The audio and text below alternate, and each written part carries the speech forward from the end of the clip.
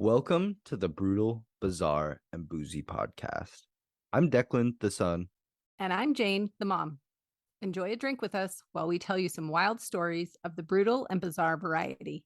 Please keep in mind some of our stories might be upsetting to young or sensitive ears. This is the podcast where we talk about brutal crimes, bizarre occurrences, and get you drunk with cocktails themed around one of our stories. To lighten things up, we like to end our time with a chaser. So, Mom, what are you going to be telling us about today? I am going to be telling you about the Carbon County Jail, which is haunted and spooky. Ooh. But first, I wanted to give a quick shout out to another one of our podcast friends.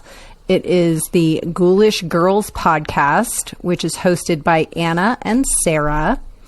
They do a podcast about supernatural and creepy stuff, which is, always fun. They have really interesting episodes ranging from ghost stories to true crime. And they did an episode on haunted dolls, which really fucking creeped me out. I hate dolls in general, but after listening to that podcast, that episode, I was like, oh yeah, this is just one more reason for me to hate dolls. I'm not a doll fan. So anyway, it's a really good podcast, so I recommend going to check it out. Again, that is the Ghoulish Girls podcast.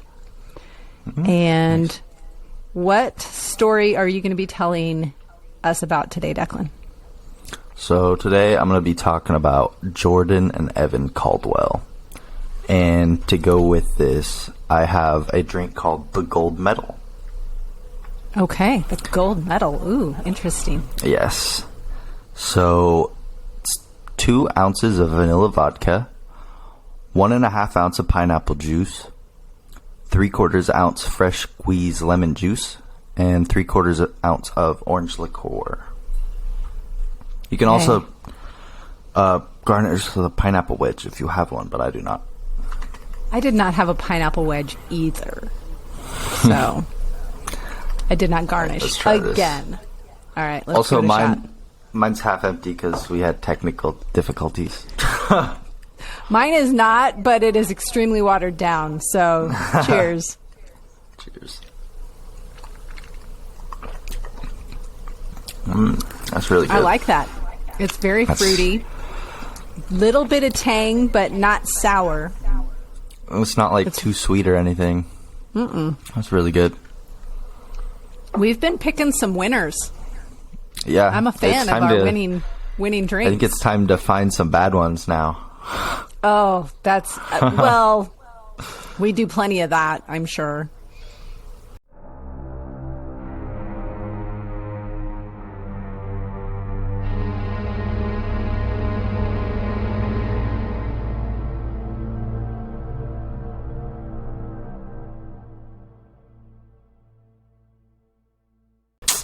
So, tell me about this story.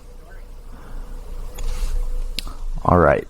So, a luge is a small 1 to 2 person sled with metal runners on each side. And these runners are similar to ice skates. A luge can weigh up to 55 pounds for singles and 66 pounds for doubles. A luger lays back on the luge and uses their legs and shoulders to turn similar to how you would on a snowboard. A luge can reach speeds of up to 86 miles an hour, and Austrian Manuel Pfister, sorry if I said your name wrong, holds the record for the fastest luge traveling at 96 miles an hour. Holy, yeah. I don't want to go that fast in a car. Let alone not a fucking sled. Oh no. So all this information is just background for my story, but okay. Luge courses or tracks have steeply banked walls around turns so that you can carry speed safely throughout a turn, and are even closer to ice than they are snow.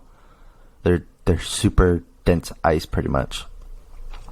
That makes sense because you're going to go faster on that. Yeah.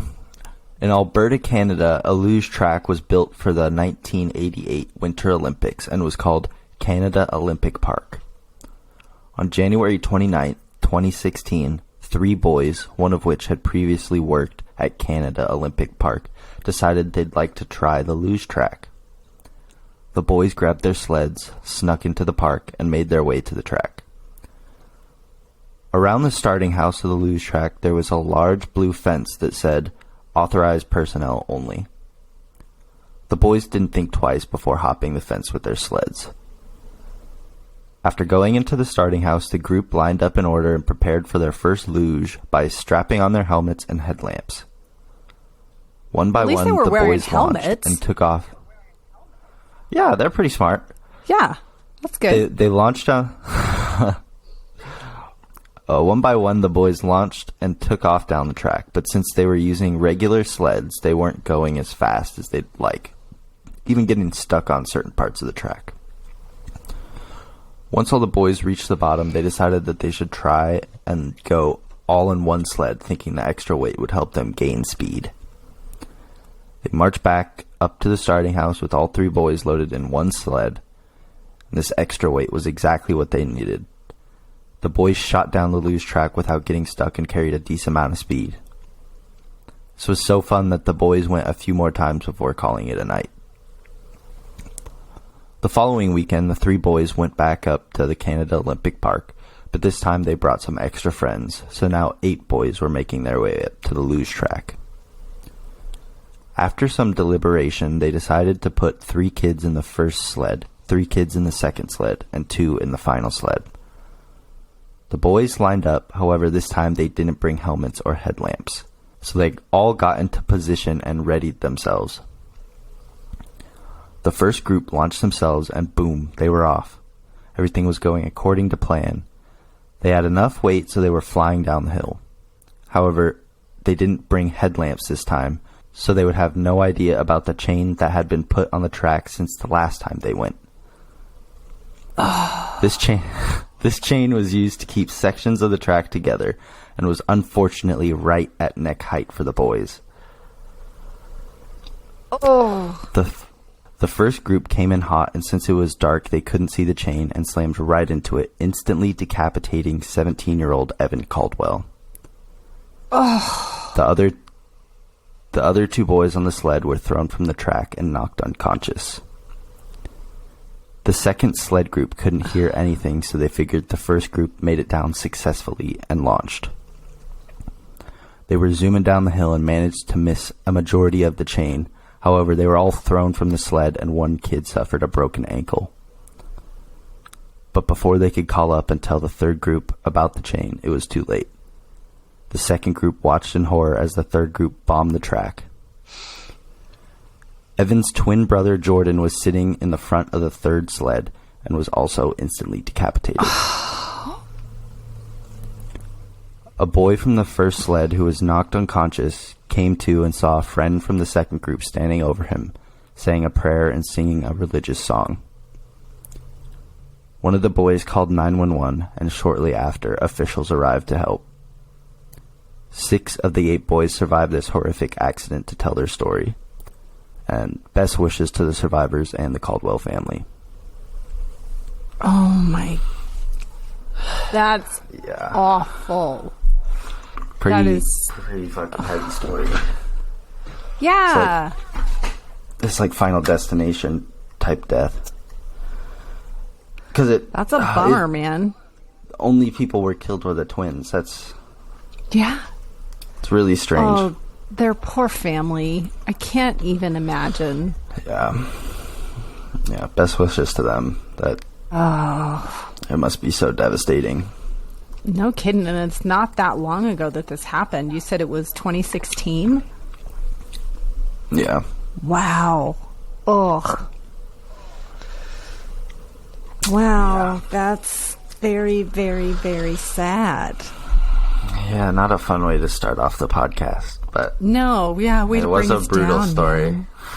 Yeah, it was a brutal story. That's for sure.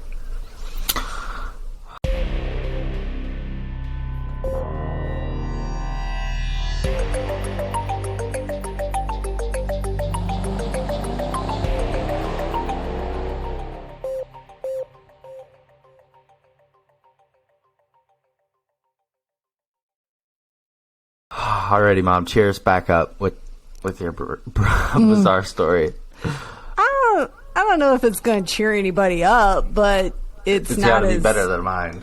tragic as yours. Yeah. Mine's also old, so anybody directly related to this is gone, long gone. So, okay. So this is about the Carbon County Jail, and this is in Pennsylvania. So, jails and prisons are full of men and women proclaiming their innocence. I think we all know that. There is a jail in Carbon County in the town of Jim Thorpe, Pennsylvania, where a prisoner proclaimed his innocence in 1877. That statement of innocence has endured to this day in cell number 17. So let me start with a little history about this area back in the late 1800s. In Pennsylvania, there was a lot of coal mining going on, specifically the mining of anthracite, which has a higher energy yield than some other types of coal, and it also apparently burns a little cleaner, so that makes it's fancy coal, if you want to think about it that way.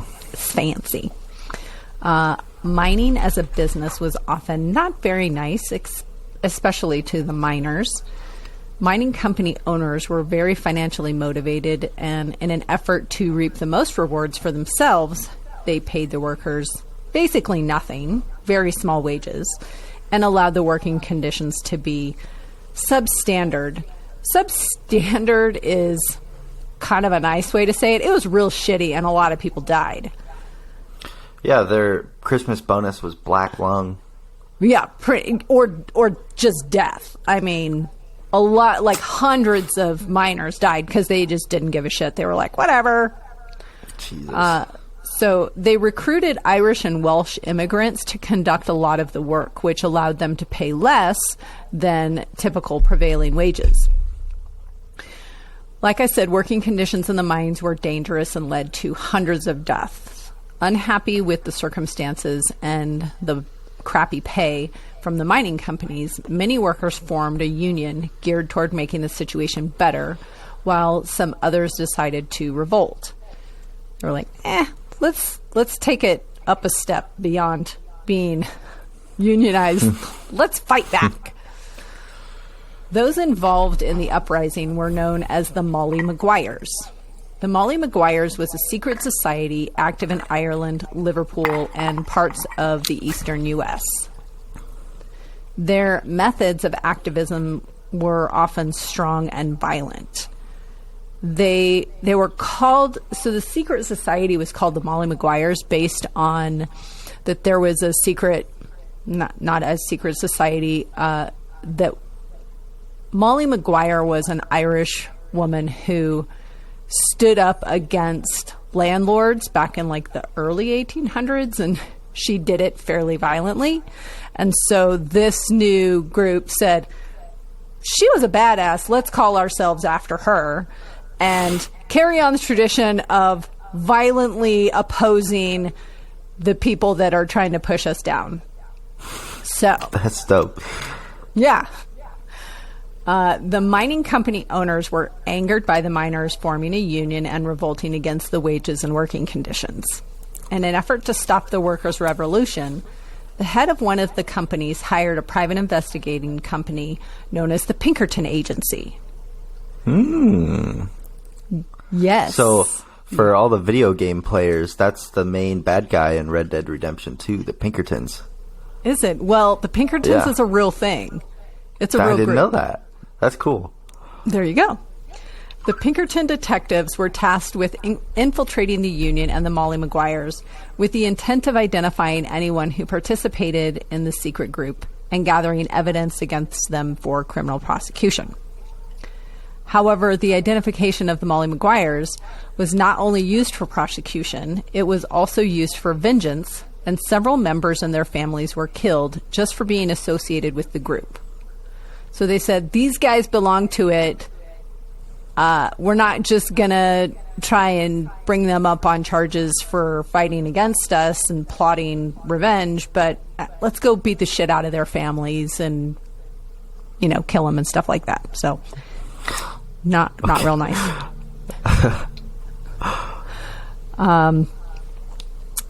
The investigation led to dozens of people being named as members of the secret society.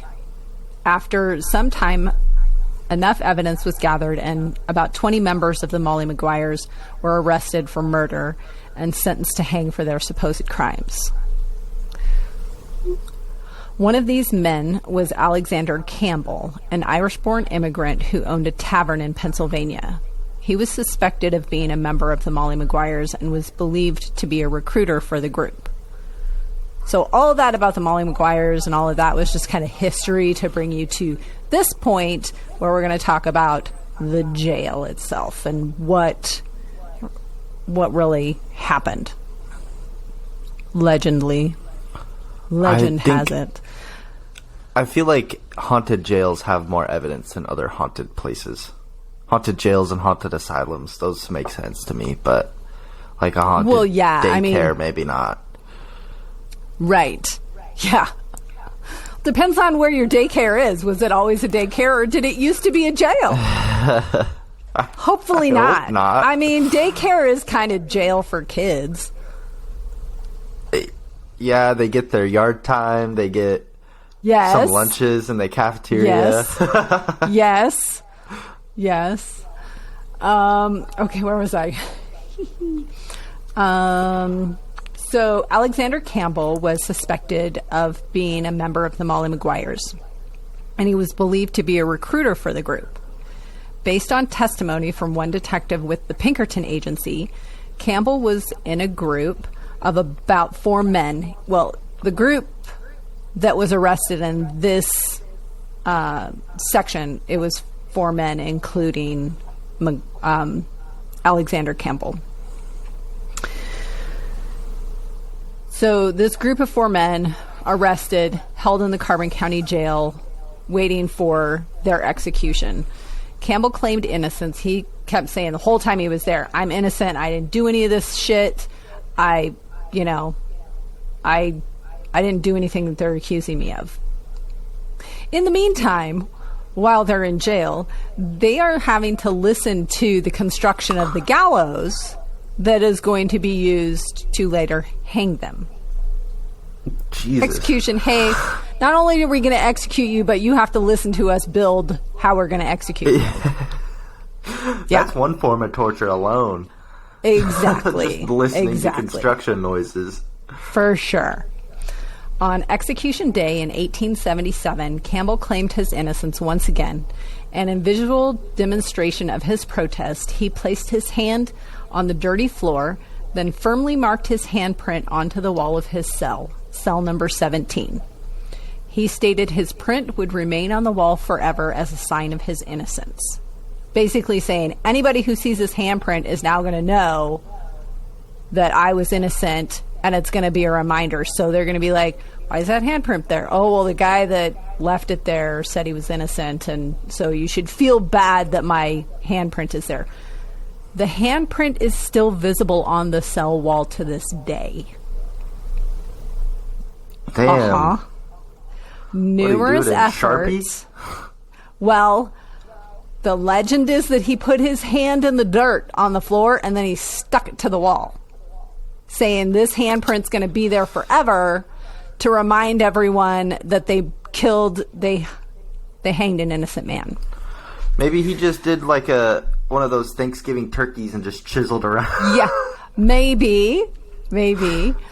Numerous efforts over the decades have been made to remove the handprint, including washing the wall, sanding it off, painting over the print, and reportedly even trying to replaster the area. The print still comes through.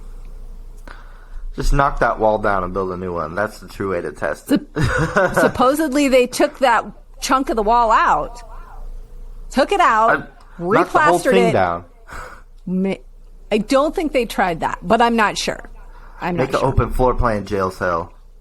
Yeah, right. Gen Pop. Yeah.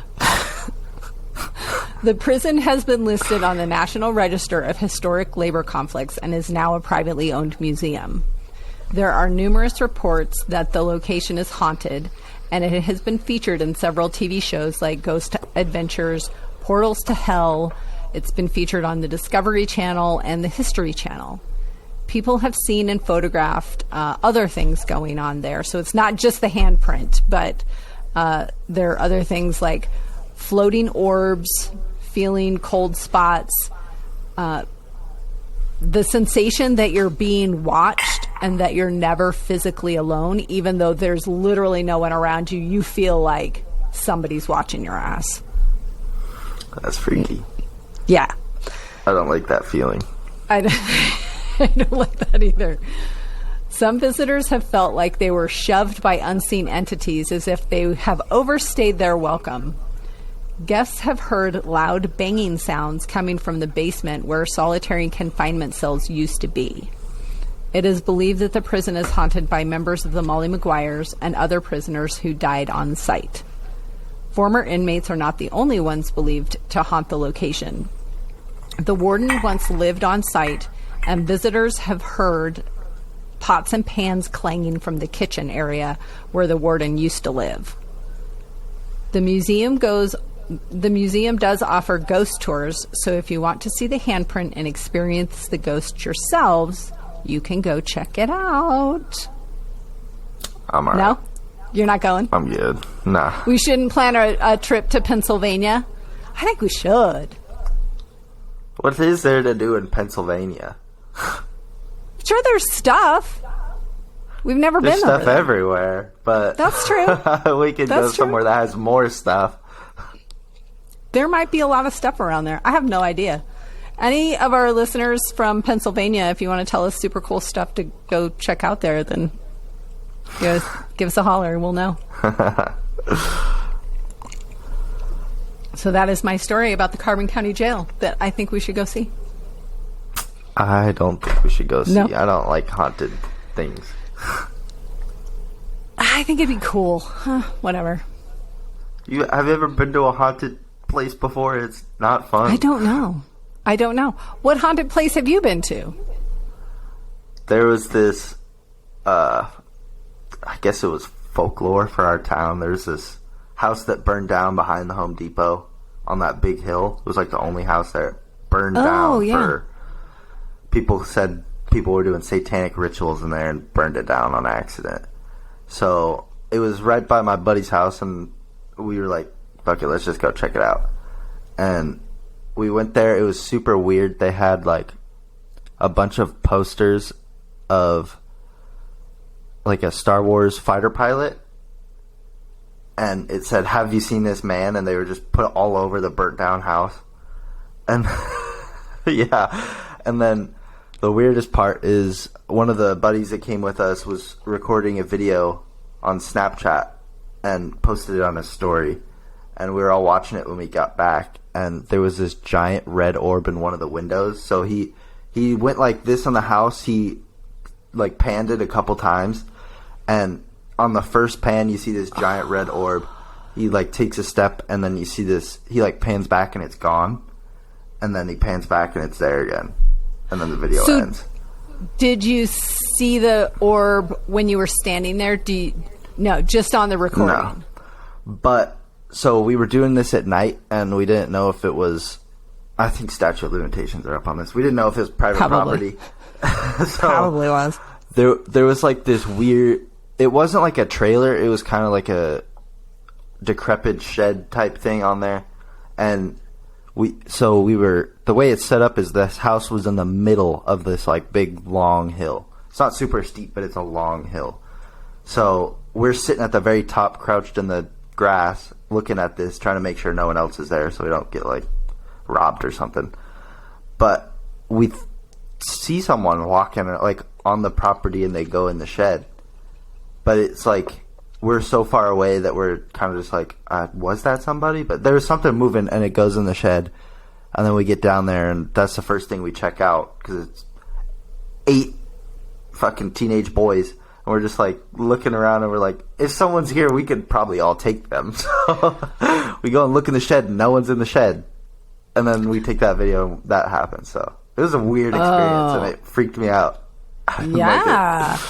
Did you feel weird, like, when you were there? Did you feel creeped out? Yeah, but only because I knew it was supposed to be haunted.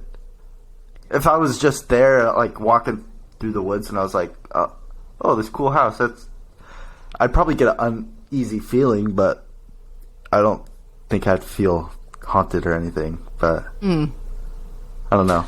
It was a weird experience that I had. I haven't been in anything like that, but I did have an issue when we went into an antique store in town, not too far away from the house. It's not open. That antique store is not open anymore. But when I walked into the room, there was... I don't remember exactly what was in there. I believe there was either a little baby's cradle or a bassinet or something. I just vaguely remember a baby kind of thing. And I walked in and I felt so uncomfortable. I couldn't even explain it. I just felt like something was telling me to get the hell out of there. And I turned around to your dad and I was like, I gotta go. And he's like, what, you don't want to look around? I'm like, no, I gotta go. I gotta get the hell out of here. There's something in here. I don't feel good. And he thought I was talking about being feeling sick or something. I was like, no, I just feel like something was making me feel really uncomfortable and I had to get out. That's the only thing I've had like that. I've never experienced that before or since. And it was weird. See, I would use my radar and try and find the haunted item and buy it. And give it to someone I don't like. It's like at the cashier, be like, oh, I don't live here. Can I have you ship this to my house? I'll cover the shipping. Yeah. Ship it to someone you don't like. Deal with this now, bitch. Right. You got a haunted baby bassinet. Hey, I don't know if it was the bassinet. I don't know what it was, but I just didn't feel good in there, and it was yucky. So, yeah, that is yucky.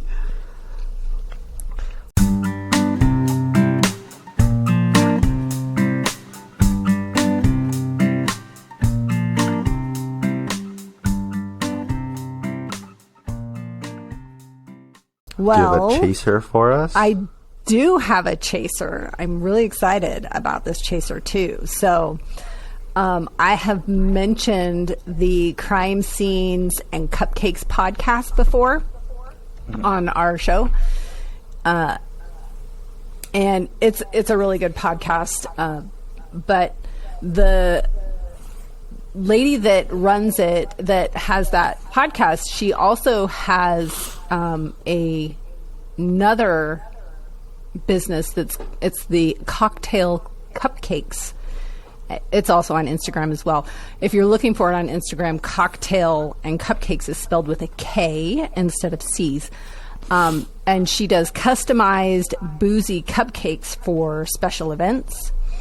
And it's located in Wichita, Kansas. So I'm really bummed out that it's not around the corner because I can't go get myself a Boozy cupcake.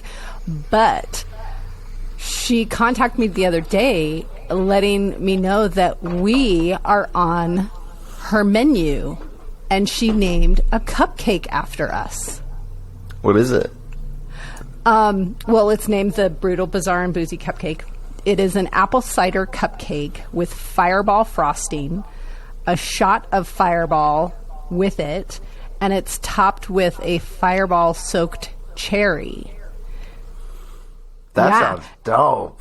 I know. I want that friggin' cupcake so bad. I love all of those things. Where is she located again? Kansas.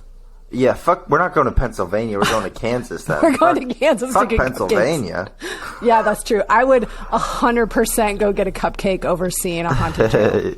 Yeah. But the cupcake that she named after us, I'm super excited, was inspired by our coverage of Travis Walton. Ooh, okay. Yeah. That's cool. Yeah. I get it. The fireball, firework. That's yeah. cool. Yeah.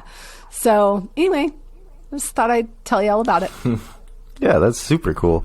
We have to go and try that. I know. We got to go to Kansas. Road trip. Yep. On an airplane. I'm not driving to Kansas. So my chaser is about care home residents surprised by festive penguins.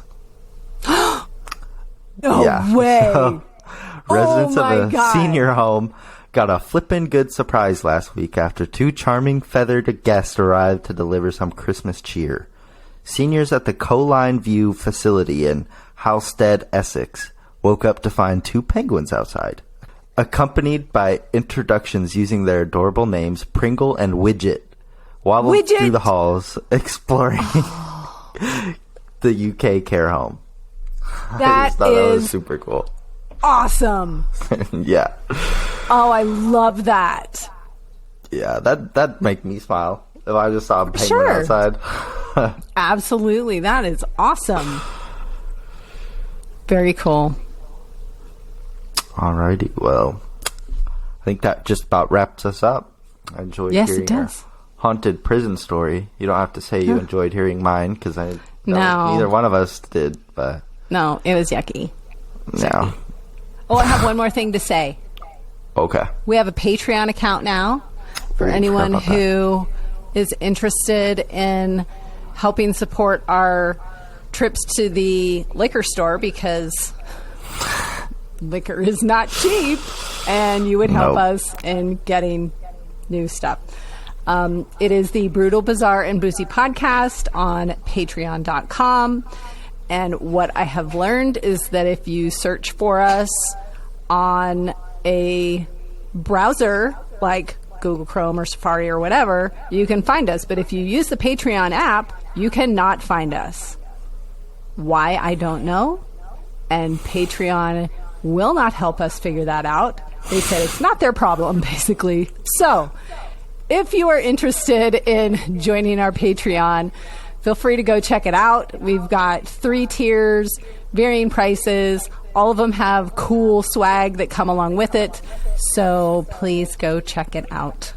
And that's all my spiel for Patreon. So yeah, go check us out, y'all. All right. Well, I love you, Mom. I love you too, bud. Talk to you later. Bye. Bye. Thanks for listening and supporting our podcast. We would love for you to follow us on your favorite podcast platform. And if you want to give us a 5-star rating, we would forever be grateful. You can contact us at our email via thebrutalandbizarre@gmail.com or on our Instagram at @thebrutal_bizarre_boozy.